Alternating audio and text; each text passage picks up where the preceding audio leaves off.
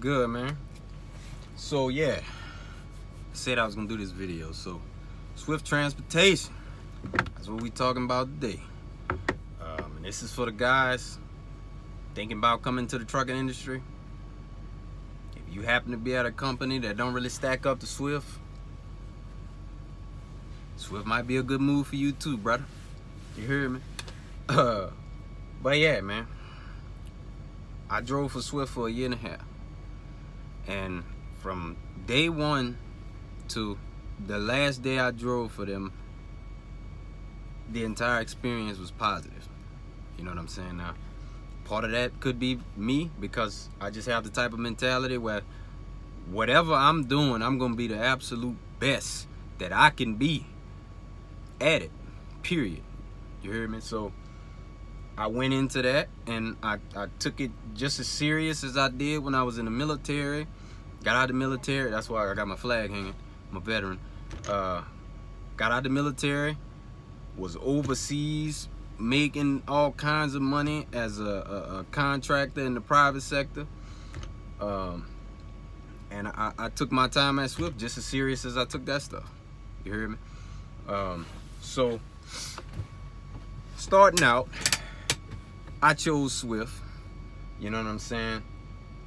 You know, it's a little thing in the industry. People figured, oh, if he driving for Swift, it must be because he couldn't go to, you know, somewhere else. Nah, I could have went wherever, anyway. Could have went anywhere. I chose Swift. You heard me? And this was based on my research.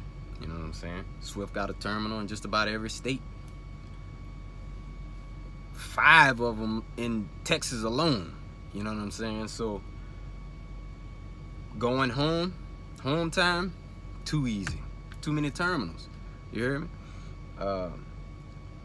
You know, and that was one of the things that helped make my decision to go to Swift. But I'll get into the rest. I'll get into that in a little bit. But so I ended up going to training in Memphis. Now I actually got my CDL through Swift. You hear me?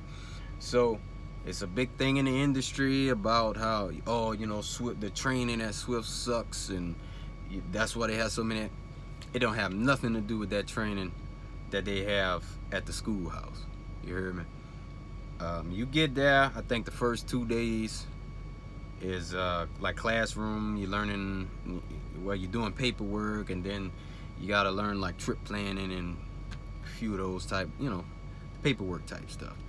3rd day, you in the truck. You know what I'm saying? You doing your pre-trips all day, every day, as well as backing all day, every day. You get to training at like 8 in the morning, 7 or 8 in the morning, I forget exactly.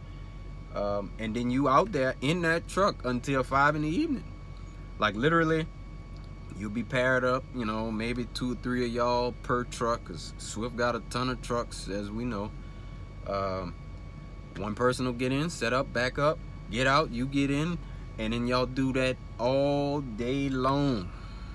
All day long for, I don't know, 3 weeks, something like that. 4 weeks. The whole training is a month long. And you do that the entire time. Even when it get to the point where you learn how to shift and now you out on the road driving. Half the day you'll be on the road driving, and then the other half you'll be on the pad backing. You hear me? And I went through training in Memphis. So they get you out there, you know, teach you how to shift up and down and all that stuff before they really put you in the traffic. And then once you got that down, you in the traffic in Memphis, bending corners around there with the traffic. You know, it's lunchtime, so it's you know, hectic on the roads and everything. If you leave Swift training like the schoolhouse, and you don't know how to back that truck, shift the truck, or even make turns, then the problem ain't Swift, man, it's you. I love what I do. You know, I love driving trucks, but let's just keep it real. It's not rocket science, bro. It's not rocket science. If you leave Swift training and get out there and you can't maneuver that truck, I think part of it is you. Part of it is you. Now, obviously, you ain't gonna be the best at it. Clearly, you only been doing it for a month. But then that take you to the second phase when you get to the mentor. This is what brings it all together. You know what I'm saying? So you finish training with Swift, you go to orientation. Orientation is 3 days, and they try to have your trainer at the terminal to pick you up on the 3rd day.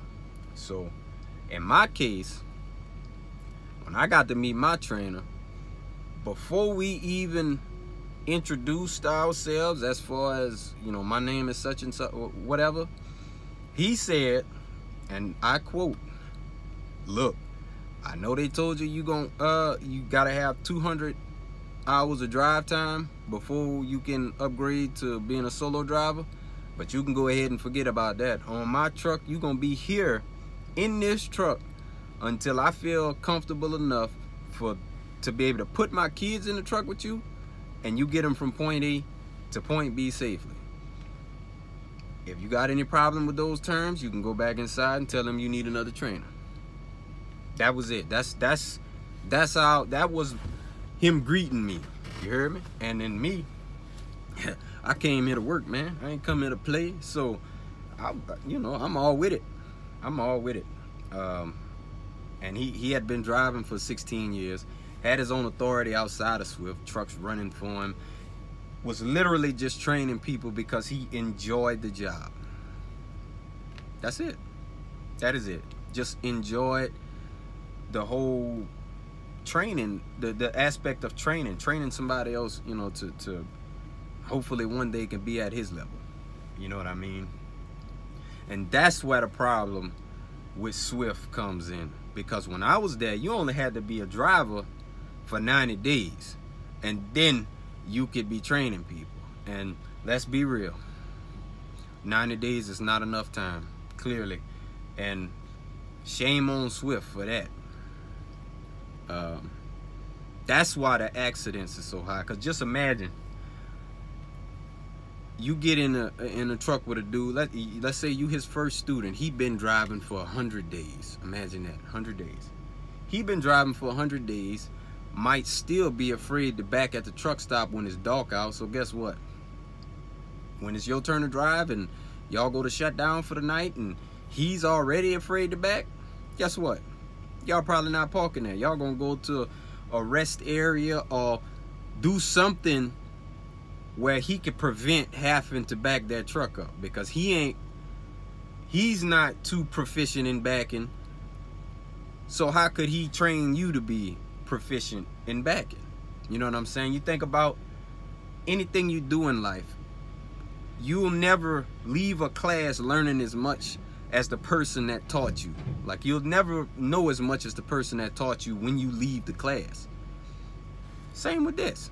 You know what I'm saying? You may take, just for example, you know what I'm saying? You take a calculus class. You think even if you pass the class, you think you're gonna know as much as your calculus teacher? No, you're not. You're not gonna be as proficient at it as the professor. Same goes with trucking, man. Same goes with this. You know what I'm saying? So if you got a trainer in a seat that don't know what the hell he doing, the little bit of knowledge he push off to the trainee, the little bit that he does retain, now we expect this guy to be able to operate the truck and not get into no accident. It's not gonna happen, man. That's why they get into so many accidents. It's that whole mentor thing they got going on, where they let these dudes, well, it could have changed since I left, but that whole deal where, you know, you could just jump in the seat, be a trainer, and, you know, make a little extra money. And I get it, dudes want to try to fast track to the money. You know, obviously trainers get paid a decent bit of money, because I know for like a company driver that's a trainer, them dudes make more than a lease operator. You know what I'm saying? And I'm sure it's the same with any company. But yeah, that's where the problem with Swift come in. But don't let that deter you. Don't let that deter you. When you get to training and that mentor get there, ask him how long he been driving. If he tell you, oh, I've been here for 6 months, nope, I need another trainer. I want a trainer I mean, I know some guys may not be in a financial position that they could sit around and wait for a more experienced trainer. And by that case, I guess I understand, but you get there, I want a trainer that's got some experience. You know what I'm saying? That's been doing this for years. I don't want nobody that's just as green as me, pretty much. You know what I'm saying? But yeah, so I went through my training with my mentor, and I was out there for almost 2 months. Because again, like he said, he wasn't letting me go until he felt comfortable with me operating that truck on the road. And I had no issues operating the truck, none whatsoever. Like none. Like, to me, this was easy. It was too easy. I'm driving, okay, I gotta compensate for the trailer back there. Big deal. You know what I mean? Too easy. I had no problem. But it was the finer details that he wanted me to really polish up. So by the time I got solo, I already knew how to run recaps. You know what I'm saying? I knew how to put the chains on. I knew about lumpers. I knew everything. Literally, I had no questions. Once I graduated off of his truck, I didn't have no questions about being a company driver at Swift. None. He taught everything. Literally everything. Not just a little piece of paper they give you with the few bullets of stuff you got to teach the student. He didn't do all. He didn't even go by that. You know what I'm saying? And I went through training during the summer and still had to put chains on at least 2 times a week. At least 2 times a week. We would just stop the truck somewhere random, hot as hell, put the chains on, you know. And that's just how he was, man. Real passionate. He was real passionate about his job, man. He took it serious. And I couldn't be more thankful that was the trainer that I got when I got to Swift. You know what I mean?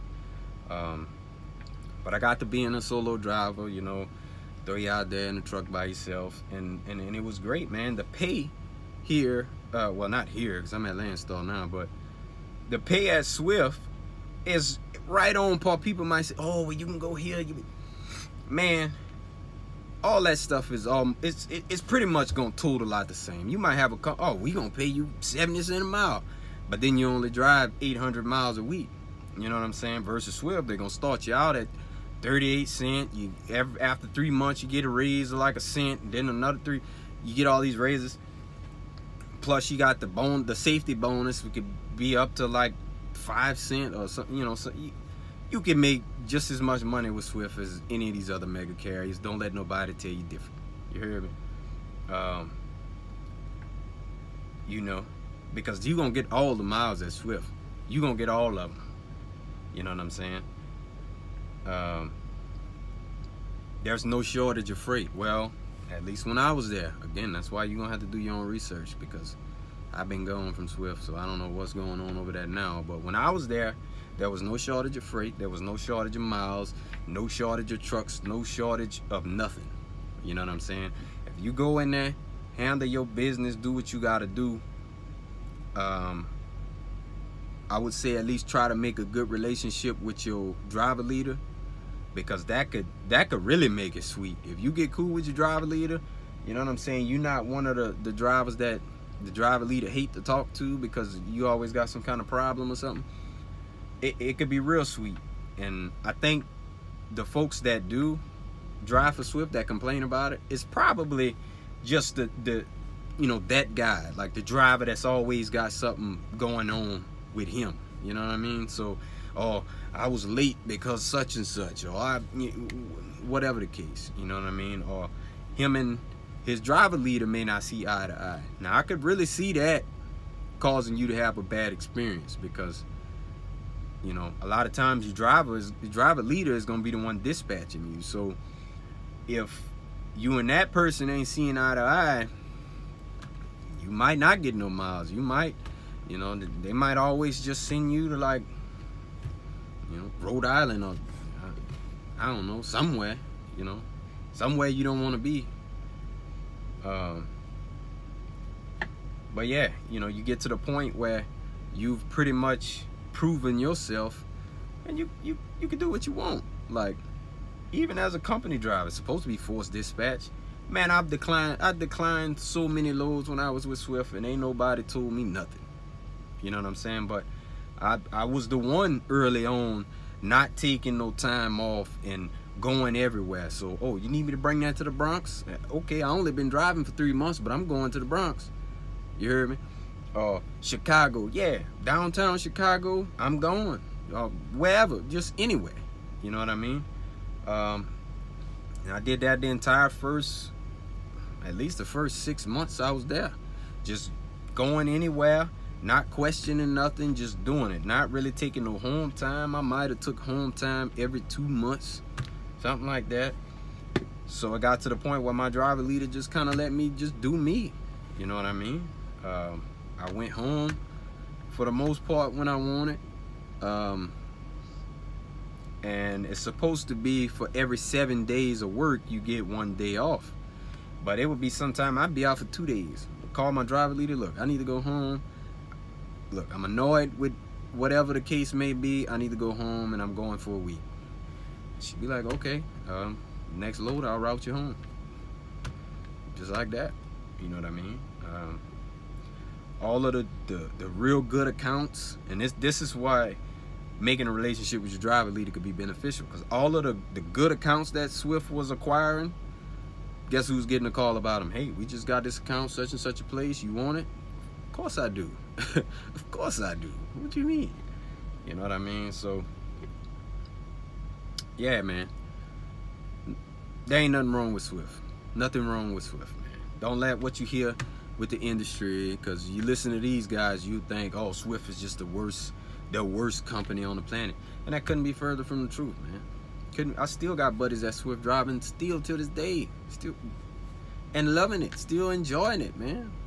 You know, because a lot of it is what you make of it. You know what I'm saying? And do your own research, though. Can't stress that enough.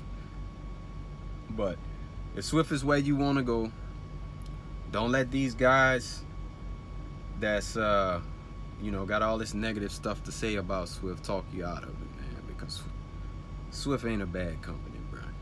It's not a bad company. Just gonna be honest. Like,